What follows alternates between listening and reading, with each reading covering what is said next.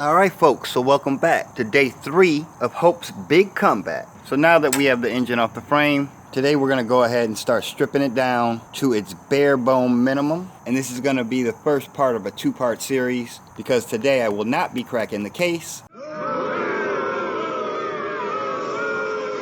but we're going to remove everything to the point where the next step is to crack the case. So everybody sit back and chill while I tear this thing apart.